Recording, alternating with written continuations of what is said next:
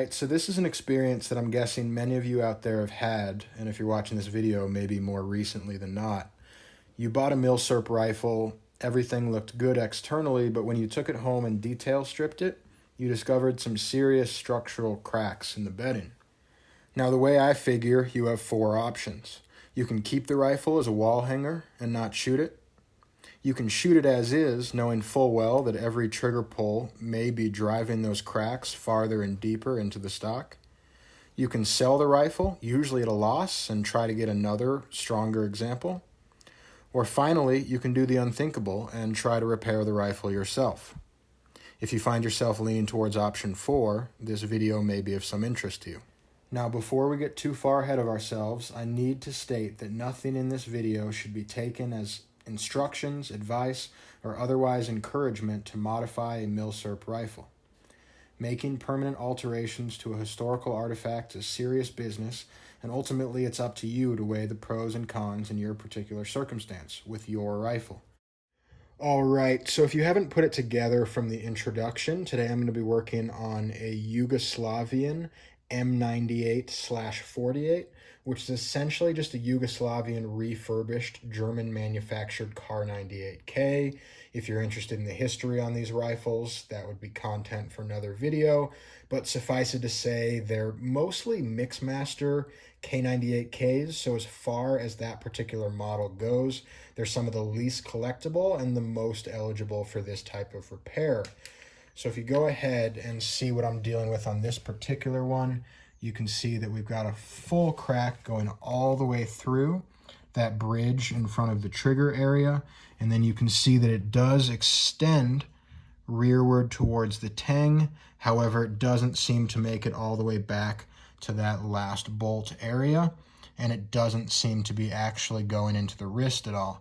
Additionally, forward in the recoil lug area, we can see this wood all looks pretty good. So what I'm thinking is that I'm going to be putting 2 reinforcements, one in this area and then one in this area, and that should, in addition to bringing all this wood back together, that should, functioning similarly to the recoil lug up here, that should distribute the recoil forces so that we don't have the same problem in the future. All right, just a little bit more information I want to throw out in case it's of interest to people. This particular crack is extremely common on this model, and one of the reasons is because the Yugoslavians did throw together so many mismatched parts.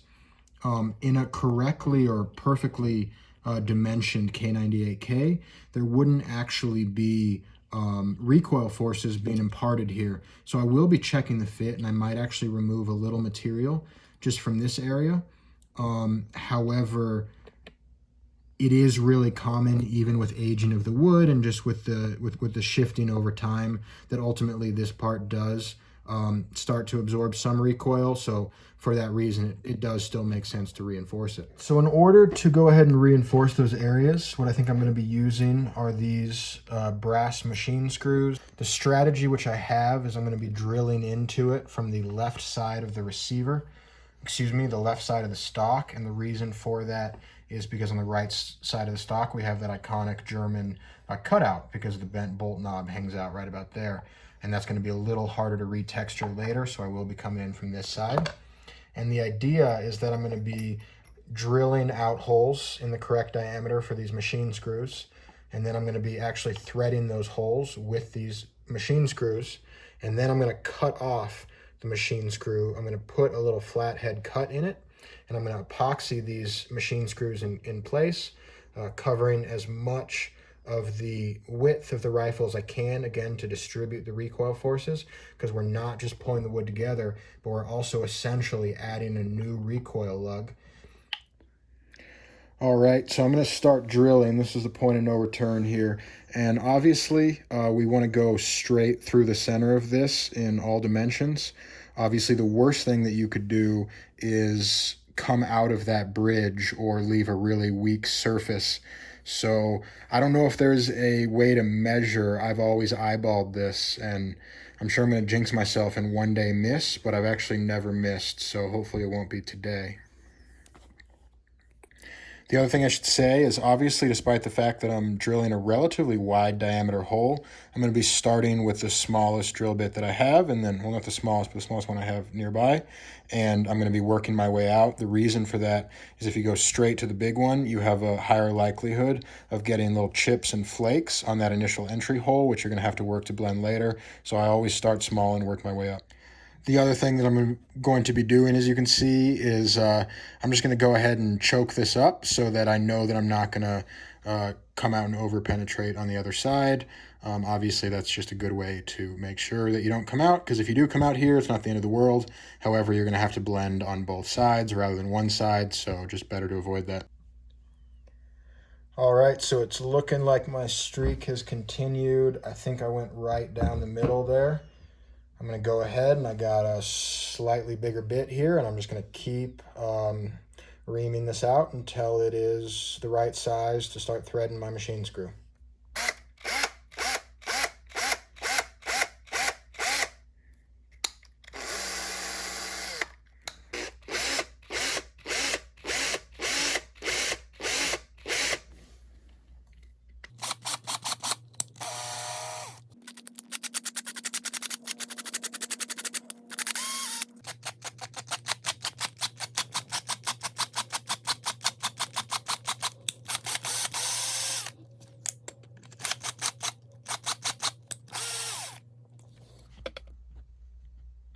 All right, so I think I got it right where I want it. So the next step is going to be to see if I can start to thread this screw in, which I'm just going to go ahead and do by hand.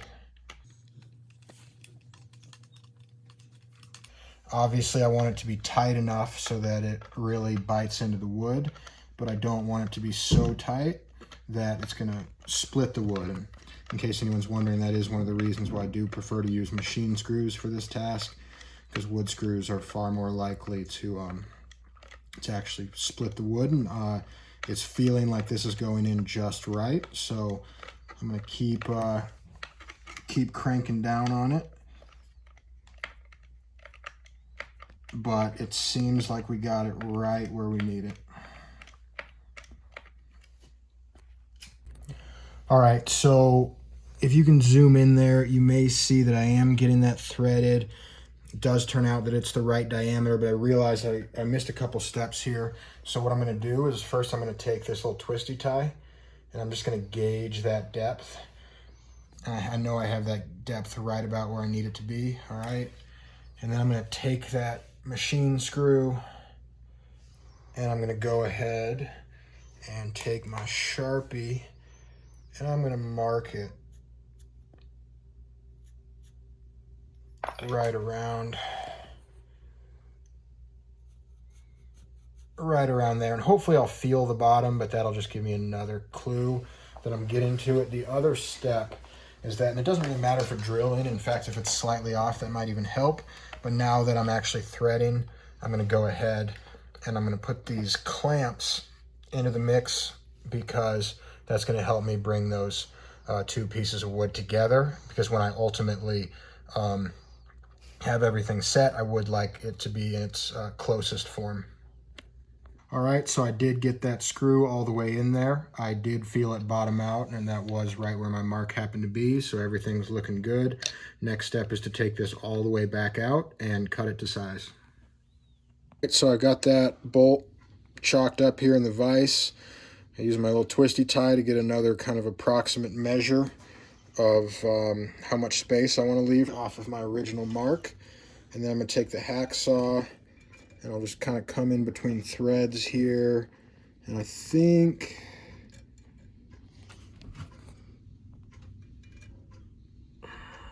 that's where I'm going to come in, right there. And remember, this is a pure brass. This isn't brass coated or anything like that. It's pure brass. So we're going to not have very much difficulty getting a clean cut. And the more I think about it, I probably should have cut longer rather than shorter. We'll decide between those two threads. I went shorter. Obviously, I can always make it shorter later, but I can't make it longer. But hopefully it'll be all right. In worst case scenario, we'll just work our way up and do it again.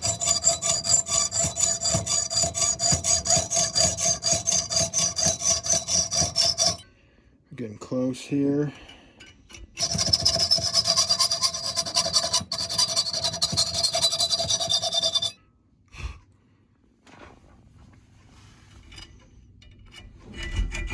Probably ruining that shot, but this is, I'm gonna get that as clean as I can. There we go. And that came out not too bad. That'll be workable. All right, so next step is I'm gonna go ahead and I'm gonna take, this is my finished piece. I'm gonna go ahead and chalk that up in the vise on its own. I'm using a little fabric to do my best to protect the threads here. Although I'm still gonna be careful because that's not gonna do a whole lot. I'm just gonna really just get it tight enough to hold steady. Of course, I'm gonna be sawing against it rather than towards. And this is gonna be putting that notch in so that I can engage it with a flathead screwdriver. Gonna be as careful as I can here. It's obviously the beginning is gonna be the hard part.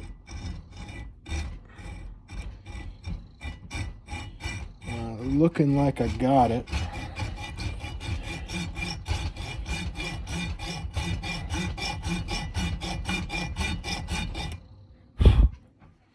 That is looking pretty good to me. I'll get a little deeper just to be safe, but that is just what I want to see. Yeah, that looks perfect. All right, so I've got my finished part here. I did just off camera go ahead and test fit it, make sure it was still engaging the threads, that there's gonna be no surprises. The next step is gonna be to use my 2-part epoxy here and my beverage base powder tropical punch in order to, there's a little more than I needed, but that's kind of how it goes with 2-part epoxies.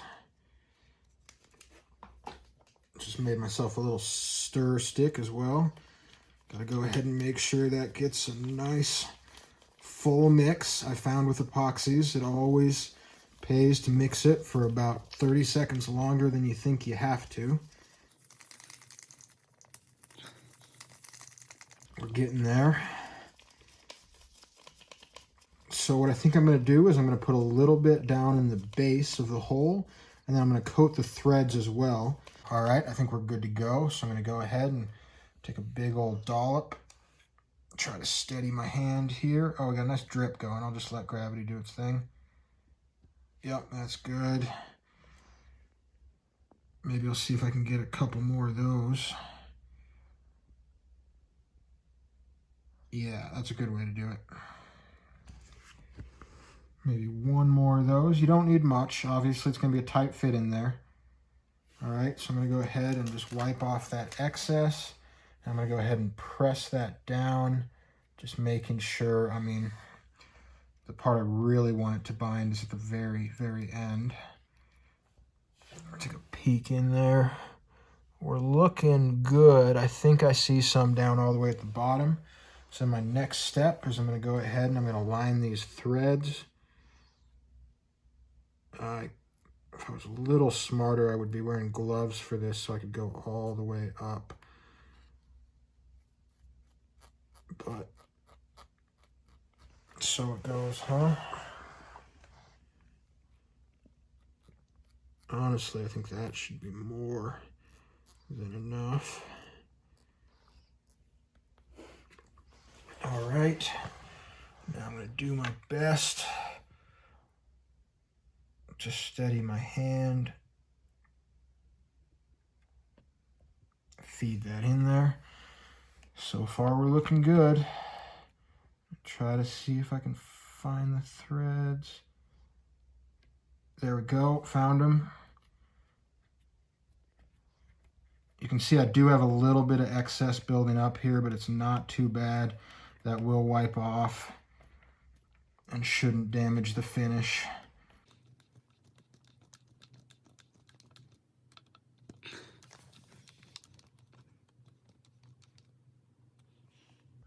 looking pretty good so far. Let's see how I gauged my distance. Not feeling too much resistance yet.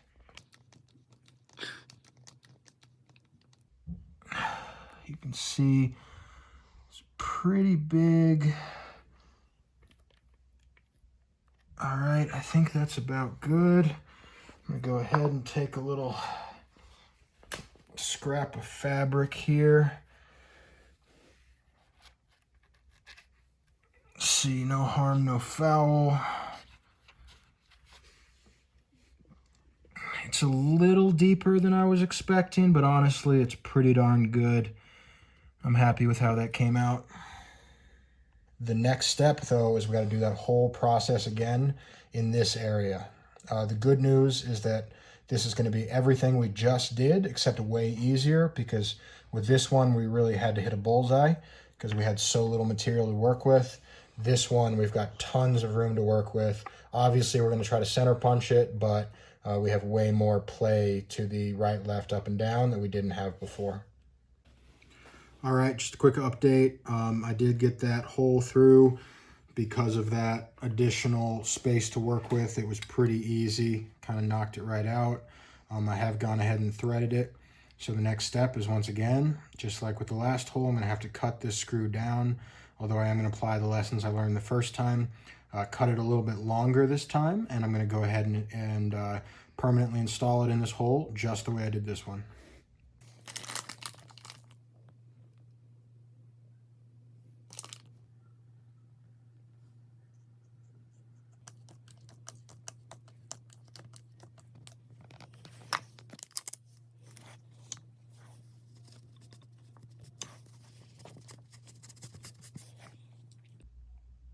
All right, so I've gone through a couple iterations of what I was preparing to do, but you can see at this point that I do have both of my cross bolts installed, as well as I have this recess here, which at this point I've decided I am going to fill in with wood putty on both. Earlier I put some epoxy in here trying to fill it up, and then I just realized why bother, so I actually just pulled that right out with a drill, and now I'm going to go ahead and fill these both with wood putty.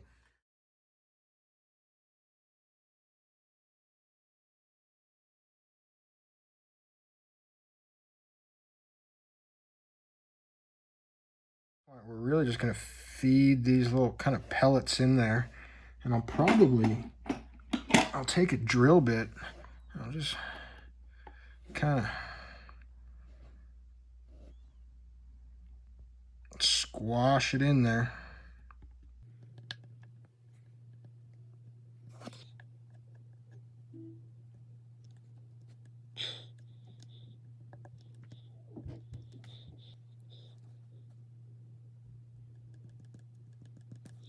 I think it can take it just a tiny bit more.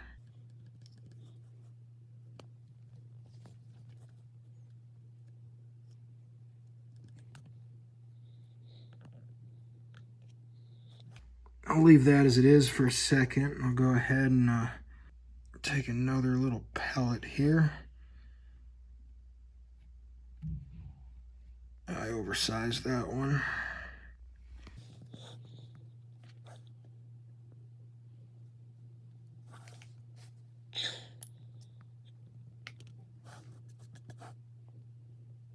At this point, I'm just going to go ahead and add a little bit more to just kind of shape it.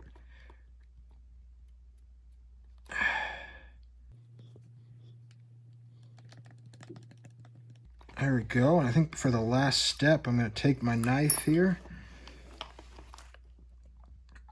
and I'm just going to go ahead and gentle touches. I know this looks messy, but this is going to help when I go and blend the finish here in a second.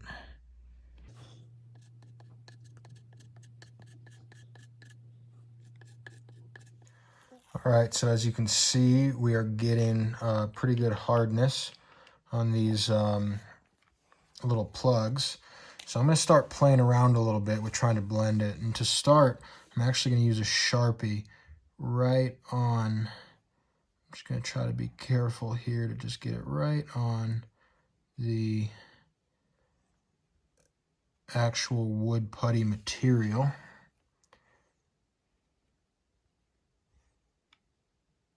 And I know that if no one's ever played around with this before, this might look absolutely terrible what I'm doing right now, but I urge you to give me a chance on this one because I've had pretty good results with this in the past.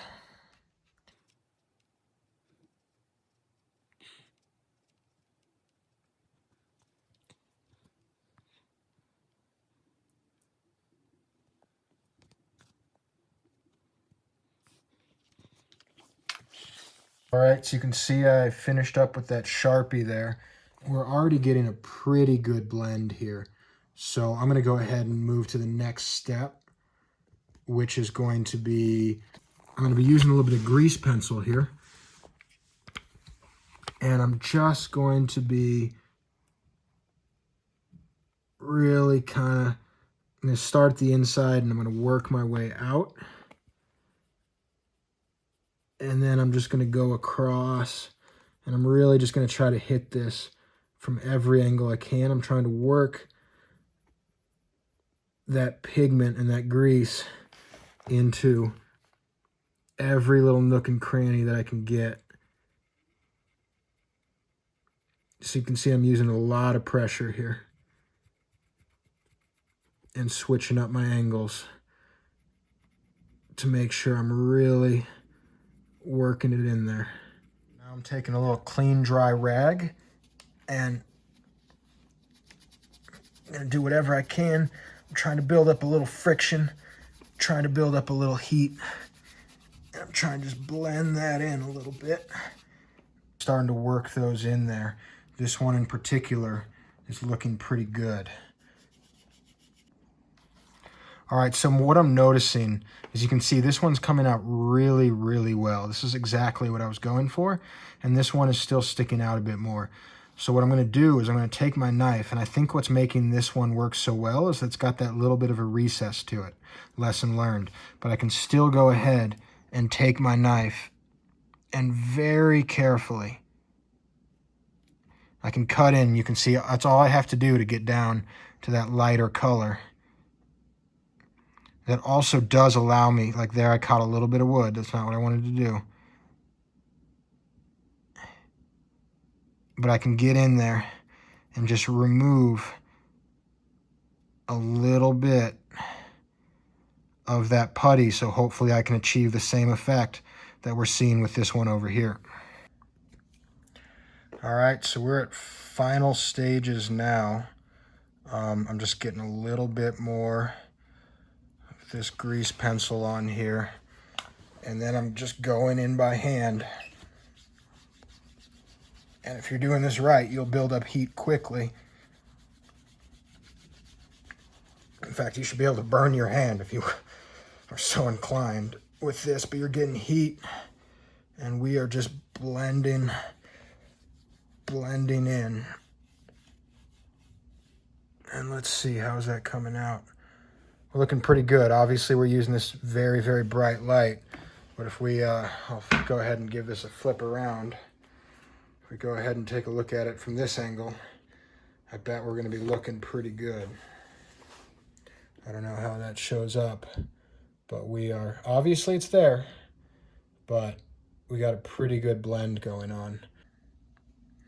All right, and the very last step is I'm going to be taking a clean part of this cloth and I'm going to be blending all the way out there, just making sure that any of that trace grease pencil is just getting equally distributed all the way out there.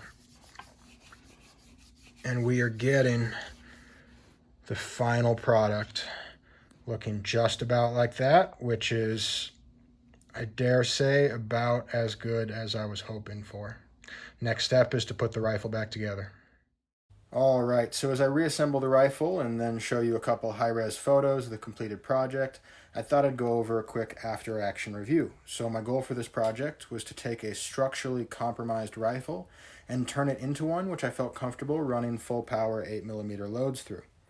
Obviously, the hope was to do that with as minimal cosmetic modification as possible, and to that end, I think it was a successful endeavor, and considering the sanitized and mismatched nature of Yugoslavian captured rifles, it was a truly favorable trade. This is now a perfect K98K to take to the range, run corrosive surplus through, and get that full K98K shooting experience without risking damage to a more collectible example. Alright, I hope this video was helpful to you. Obviously, my technique is a work in progress, and I can assure you that a couple years from now, I'll be doing things differently than I do now. But if you're just getting into this type of repairs, I hope I might have accelerated your learning curve just a little bit. Please check out my other videos.